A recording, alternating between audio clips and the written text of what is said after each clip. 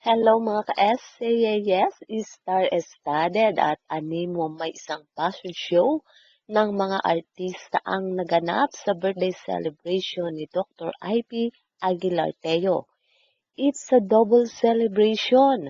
Birthday ni Doktora plus 15 years na ang kanyang Ivy Clinic. Kaya naman, napakaraming girl celebrities ang makikita na umaten nga at ito ay naibahagi ni Dr. Ivy sa kanyang official IG account.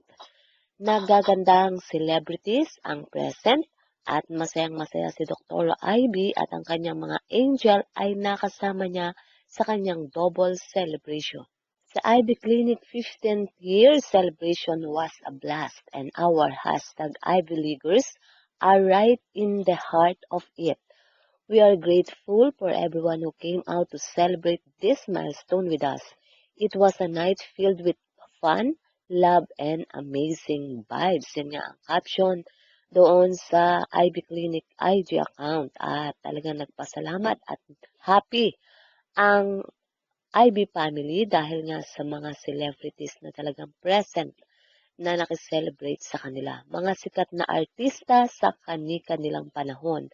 Lahat ng umaten ay talagang namang may kanya-kanyang malalaking fandom at talagang pati ang mga fans nila ay natuwa na nakita ngang magkakasama sa isang frame ang mga sikat na artista na ito. Kagaya na lang ni Maricel Soriano, Heart Evangelista, syempre si Catherine Bernardo at Nadine Lustre, Bea Alonso, Sofia Andres, Barbie Imperial, Kylie Versosa, Mimiu, Mika, Moira de la Torre at marami pang iba. Nandun din sa kalalakihan naman ay si Joshua Garcia at si Dominic Roque. Sayang lang at wala nga dito itong si Daniel Padilla na alam naman natin na talagang sa Ivy din nagpupunta para mag-pamper or magpaayos ng kanyang muka.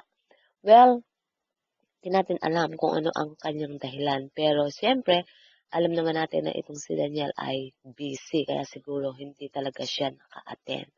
Well, mga ka-SCAS, yan nga po ang ating balitaan. At kung inyong naibigan, put your comment down below. At siyempre, huwag kakalimutang mag-like, share, and subscribe.